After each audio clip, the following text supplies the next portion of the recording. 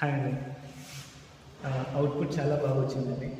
Cost division గానీ, time period గానీ agree చేసింది 2½ months. But project is completed within 2 months, within deadline.